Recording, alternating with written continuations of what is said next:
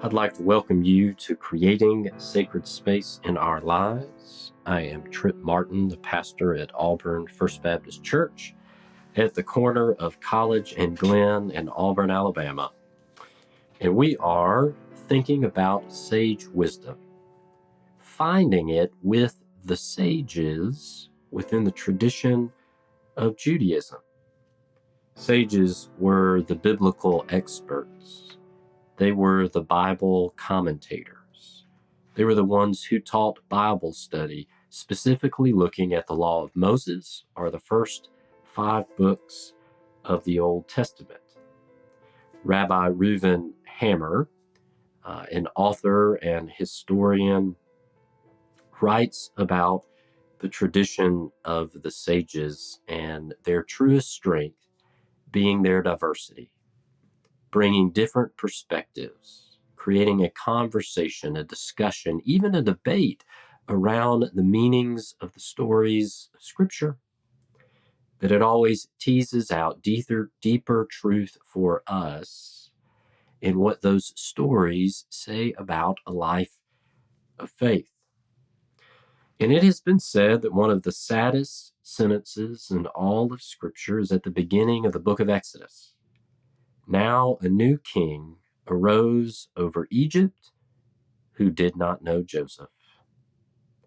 Joseph was brought to Egypt as a slave, and he rose to prominence because of his relationship with the Pharaoh.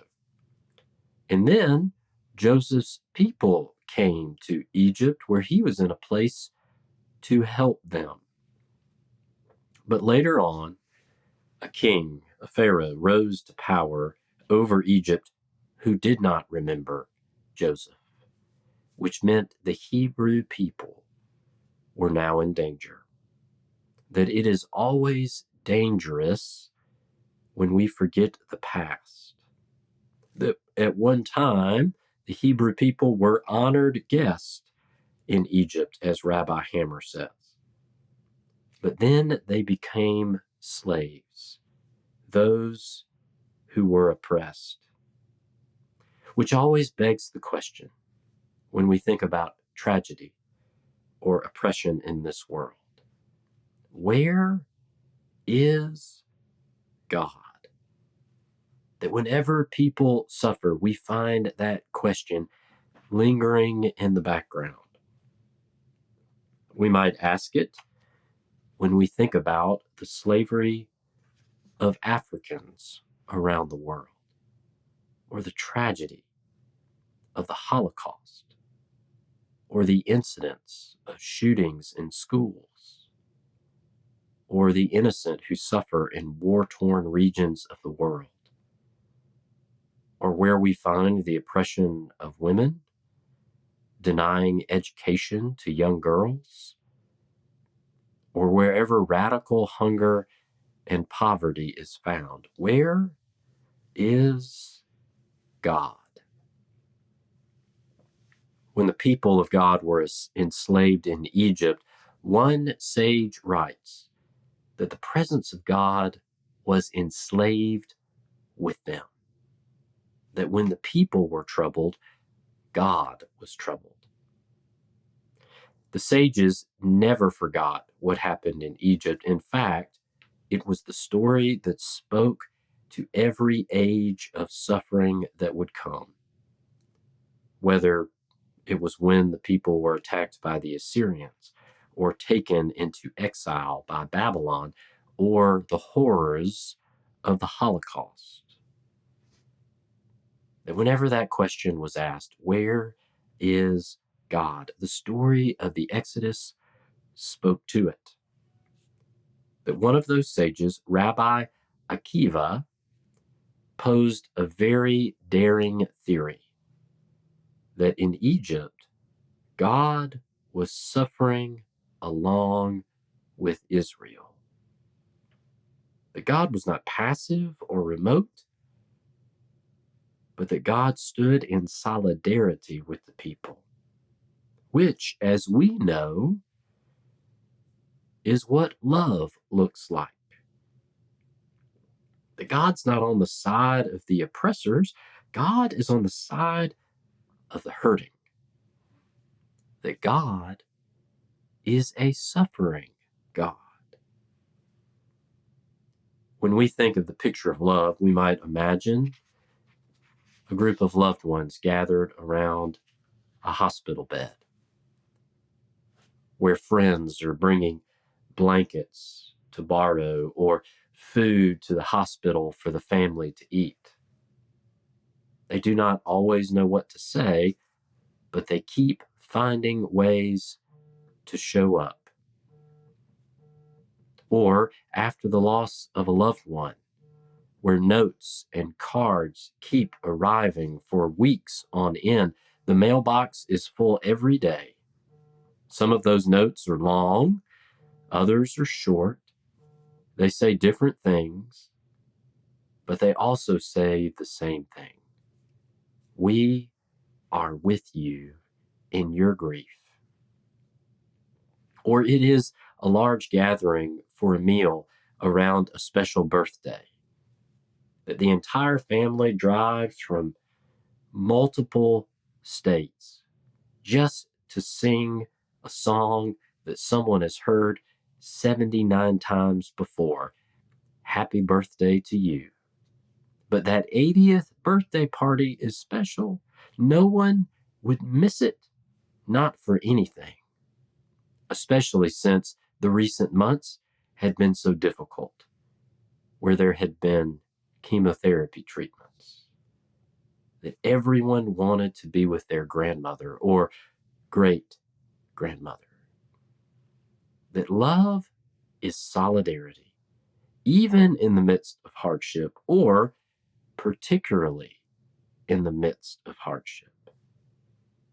That it is showing up and sitting with those that we care about in an effort to deny hopelessness. That if God is love, and love is solidarity, then God is with us in our suffering.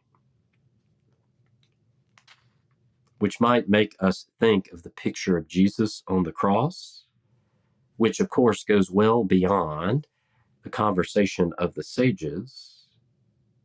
But if God is a suffering God, if God stands with us in our pain, if God will never leave us when we suffer, if God is love,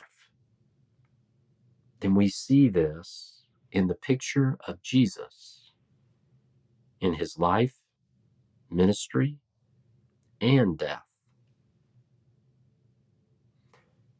That when we ask the question, where is God, facing any kind of hardship, either in our lives or in this world, the answer is with us.